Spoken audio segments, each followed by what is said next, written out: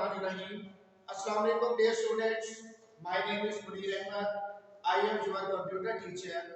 Today we discuss the topic distributive law. Different laws हमने previous lectures के अंदर भी स्टडी किए, जिसमें हमने पहले पढ़ा था कम्यूटेटिव लॉ, जिसके अंदर हमने पढ़ा था कि डिफरेंट जो प्रपोजिशंस हैं उसके अगर हम ऑर्डर को चेंज भी कर दें तो हमारे जो आंसर है, जो हमारी जो वैल्यू है, उसके ऊपर कोई फर्क नहीं पड़ता।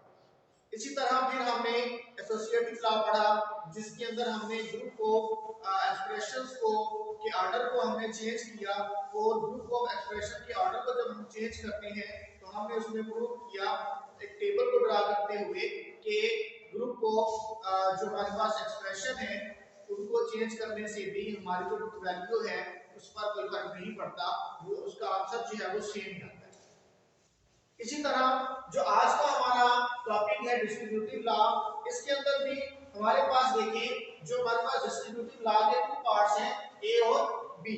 ए के अंदर देखिए क्या है कि a dot b plus c equal to a dot b plus a dot c। इसी तरह जो हमारे पास पार्ट नंबर 2 है इसका, a plus b dot c equal to a plus b dot a plus c। Mean कि ये वाला जो एक्सप्रेशन है ये इक्वल होता है इस एक्सप्रेशन के। इसी तरह जो हमारे पास ये जो एक्सप्रेशन है ये इक्वल होता है इस एक्सप्रेशन के।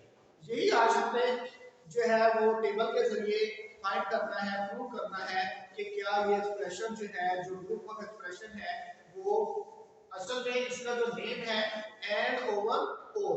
हमने दो ऑपरेटर पढ़े थे, लॉजिकल ऑपरेटर, एक एंड ऑपरेटर पढ़ा था, इसी तरह उसके बाद हमने और ऑपरेटर पढ़ा।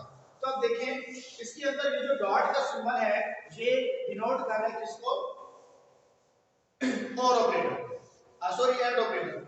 इसी तरह जो हमारे पास प्लस का सिंबल है ये किसका है, हमारे पास ये और ऑपरेटर का। तो इसके जो हमने प्रीवियस जो हमने लास्ट पढ़े थे उसके अंदर या तो हमारे पास जो है वो एंड ऑपरेटर यूज होता था या फिर और ऑपरेटर, लेकिन जो हमारे पास आज का जो डिस्ट्रीब्यूटिव लॉ है इसके अंदर एंड ऑपरेटर भी है एक एक्सप्रेशन के अंदर और ऑपरेटर भी है। तो देखते हैं इसको। हमने देखा था कि अगर हमारे पास सबसे पहले हम देखेंगे कि हमारे पास इसमें वेरिएबल्स की तादाद कितनी है एक एक्सप्रेशन में a b और c।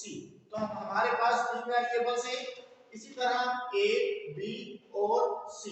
a जो है वो दोबारा आ रहा है उसको नहीं देखेंगे। b के तीन वेरिएबल है हमारे पास इस एक्सप्रेशन के अंदर। तो सबसे पहले हम क्या करेंगे, जितने हमारे पास वेरिएबल्स होते हैं एक्सप्रेशन के अंदर हम 2 की पावर उतनी ही दे देते हैं। फॉर एग्जांपल हमारे पास यहाँ 3 वेरिएबल्स है तो 2 की पावर हमारे पास क्या आ जाएगी 3। 2 की पावर 3 इक्वल होगा इसके 8 के। मीन के यहाँ पर हमारे पास जितने भी वेरिएबल हैं सब वेरिएबल्स की जो हमारे पास इनपुट होगी वो कितनी होगी 8 होगी। लिख लेते हैं हम। सबसे पहले हमारे पास a है तो हम यहाँ पर लिख लेते हैं a, उसके बाद है b तो मैं यहाँ लिख लेता हूँ b, उसके बाद है c तो यहाँ लिख लेते हैं c। नेक्स्ट स्टेप में हमें क्या करना है, इन तीनों वेरिएबल्स को 8 इनपुट देनी है। कैसे देनी है, फर्स्ट ऑफ ऑल a है इसको हम दे देते हैं fall fall fall true true true और ट्रू, 4 टाइम फॉल और 4 टाइम ट्रू। इसी तरह b है हमारे पास तो हमें पता है कि 2 टाइम फॉल और 2 टाइम ट्रू। यहां पर हमारे पास क्या आ जाएगा, ट्रू आ जाएगा। इसी तरह जो हमारे पास c है इसकी इनपुट हमारे पास क्या आएगी, 1 टाइम फॉल 1 टाइम ट्रू। तो यहां पर हम लिखेंगे फॉल, यहां true fall true fall true fall और ट्रू। तो ये हमारे पास a b और c की जो इनपुट्स थी वो आ गई। उसके बाद हमने क्या करना है, सबसे पहले हम देखेंगे इस एक्सप्रेशन के अंदर ब्रैकेट में क्या है b प्लस c। तो सबसे पहले हम लिख लेंगे b plus c। b plus c क्या कौन सा ऑपरेटर यूज हो रहा है, प्लस का, जो कि सिंबल होता है इसका और ऑपरेटर का। तो और ऑपरेटर भी हम क्या करते हैं, दोनों में से अगर एक एक्सप्रेशन भी ठीक हो, एक जो प्रपोजिशन है उसकी ट्रूथ वैल्यू ट्रू हो, तो हमारी जो कंपाउंड प्रपोजिशन है वो ट्रू होती है। तो b प्लस c में फॉल्स प्लस फॉल्स क्या हो जाएगा, फॉल। इसी तरह फॉल प्लस ट्रू क्या हो जाएगा, ट्रू, क्योंकि यहाँ पर एक जो वैल्यू हमारे पास ट्रू है। इसी तरह ट्रू प्लस फॉल ट्रू, फिर true plus true true, fall plus fall fall, fall plus true true, true plus fall true, true plus true true. तो ये हमारे पास जो वैल्यूज है वो आ जाएंगे किसकी, b प्लस सी। उसके बाद हमने क्या करना है, नेक्स्ट एक्सप्रेशन में देखते हैं। इस एक्सप्रेशन में हमारे पास क्या है, a डॉट सी। तो a डॉट सी जो है हमारे पास वो किसके अंदर है, ब्रैकेट के अंदर। इसको भी हम ब्रैकेट में लिख लेते हैं a डॉट b को। तो पहले a डॉट b लिख लेते हैं, a डॉट b जी। अब a डॉट b, डॉट का जो सिंबल है ये रिप्रेजेंट करता है हमारे पास एंड ऑपरेटर को। एंड ऑपरेटर में जब दोनों प्रपोजिशंस की जो ट्रूथ वैल्यू है वो ट्रू हो तो ही हमारा आंसर ट्रू होता है। अब चलते हैं a डॉट b की तरफ। a हमारे पास फॉल और फॉल, फॉल डॉट फॉल हमारे पास हो जाएगा फॉल। इसी तरह फॉल डॉट फॉल, फिर हमारे पास हो जाएगा फॉल, फिर फॉल डॉट ट्रू, तो क्या हो जाएगा फॉल, फिर फॉल डॉट ट्रू क्या हो जाएगा फॉल। इसी तरह ट्रू डॉट फॉल, फिर क्या हो जाएगा फॉल, ट्रू डॉट फॉल, फिर क्या हो जाएगा fall, true dot true true, true dot true true. ये हमारे पास वैल्यूज आ गई किसकी, a डॉट b की। अब हमारे पास नेक्स्ट क्या है, a डॉट c। तो हम यहां पर लिख लेंगे a dot c। a dot c का हम आंसर निकाल लेंगे। a हमारे पास f है और c भी f है, तो यहां पर क्या आ जाएगा f। फॉल डॉट ट्रू, यहां पर हमारे पास क्या आ जाएगा फॉल। उसके बाद फॉल डॉट फॉल क्या आ जाएगा फॉल। उसके बाद फॉल डॉट ट्रू, तो फिर आ जाएगा फॉल। उसके बाद ट्रू डॉट फॉल, फिर हमारे पास आ जाएगा फॉल। उसके बाद ट्रू डॉट ट्रू, तो ट्रू। इसी तरह से बाद ट्रू डॉट फॉल फॉल, और फिर ट्रू डॉट ट्रू, तो क्या आ जाएगा ट्रू।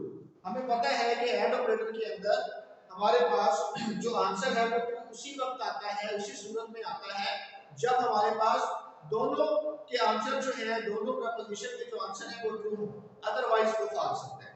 उसके बाद अब हमारे पास b प्लस c का आंसर भी आ गया, a डॉट b का भी हमने फाइंड कर लिया है और a डॉट c का भी हमने फाइंड कर लिया है।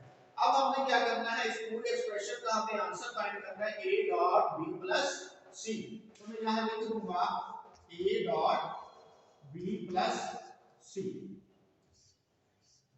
a dot b plus c का आंसर क्या आएगा हमारे पास, b प्लस c हमने फाइंड किया हुआ है और साथ a डॉट को हमने इसके साथ फाइंड करना है। a मतलब ये वाली हमारे पास इनपुट आ जाएगी और ये हमारे पास b डॉट प्लस c का आंसर आ जाएगा। a डॉट, a हमारे पास f है, डॉट b प्लस c भी f है, तो हमारे पास आंसर क्या आ जाएगा f। क्योंकि अब हमने ये डॉट के की बेस के ऊपर इसका आंसर लिखना है। जो डॉट है ये एंड ऑपरेटर का सिंबल है, तो एंड में जब हमारे पास b प्लस c का आंसर भी ट्रू होगा और a का आंसर भी ट्रू होगा, सिर्फ उसी सूरत में हम ट्रू लिख सकते हैं, अदरवाइज फॉल्स होगा। उसके बाद सेकंड इनपुट देखें फॉल a की और b की, b प्लस c की हमारे पास ट्रू है, तो आंसर हमारा क्या आएगा फॉल। इसी तरह फॉल डॉट t, तो फिर भी हमारे पास answer fall.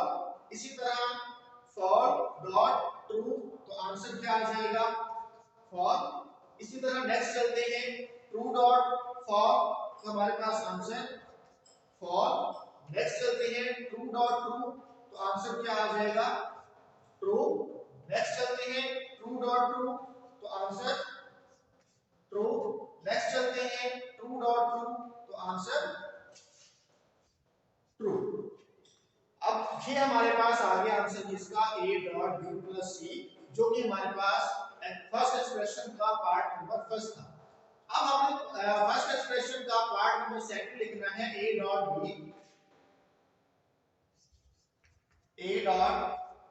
b plus a dot c। अब हमें इससे फाइंड कर लेना है a dot b plus a dot c, दोनों का आंसर हमारे पास है, ये a डॉट b का है और ये a डॉट c का है। देख लेते हैं f प्लस f हमारे पास क्या आ जाएगा, f। इसी तरह फॉल प्लस फॉल तो क्या आ जाएगा, फॉल। फिर हम देखेंगे फॉल प्लस फॉल तो आंसर हमारे पास क्या आ जाएगा, फॉल। इसी तरह फिर फॉल प्लस फॉल तो आंसर हमारे पास आ जाएगा, फॉल। फिर फॉल प्लस फॉल हमारे पास आंसर क्या आ जाएगा, फॉल। उसके बाद फॉल प्लस ट्रू हमारे पास आंसर क्या आ जाएगा, ट्रू। क्योंकि एंड और ऑपरेटर में हमारे पास अगर एक वेरिएबल ट्रू हो दोनों में से तो हमारा आंसर जो है वो ट्रू होता है। इसी तरह ट्रू प्लस फॉल हमारे पास आंसर क्या हो जाएगा, ट्रू। फिर true plus true answer true. अब देखिए हमारे पास a dot b plus c का जो आंसर है फॉल फॉल फॉल और लास्ट थ्री टाइम ट्रू है। इसी तरह हमारे पास a dot b plus a dot c का जो आंसर है वो फॉल फॉल और last three time true, meaning के ये आंसर और ये आंसर दोनों हमारे पास क्या है, इक्वल है। तो ये हमने प्रूव किया टेबल के जरिए कि a dot b plus c equal to a dot b plus a dot c। तो ये जो नेक्स्ट इसका एक्सप्रेशन है, जो नेक्स्ट पार्ट है हमारे पास ये जो डिस्ट्रीब्यूटिव लॉ है इसका, तो ये आपका होमवर्क है। आपने सेम इसी तरह से टेबल को ड्रा करना है। पहले इसके पार्ट नंबर फर्स्ट का आंसर निकालना है, फिर सेकंड का, फिर दोनों को टैली करना है कि क्या दोनों का आंसर सेम है। अगर सेम है तो आपका टेबल ट्रू है, और अगर फॉल्स है, सेम नहीं आ रहा, कोई प्रॉब्लम है, समझ नहीं आ रही, तो आप मुझसे कांटेक्ट कर सकते हैं। और आज के लेक्चर के हवाले से भी अगर आपको कोई क्वेश्चन क्लियर नहीं हुआ तो आप मुझसे कांटेक्ट कर सकते हैं।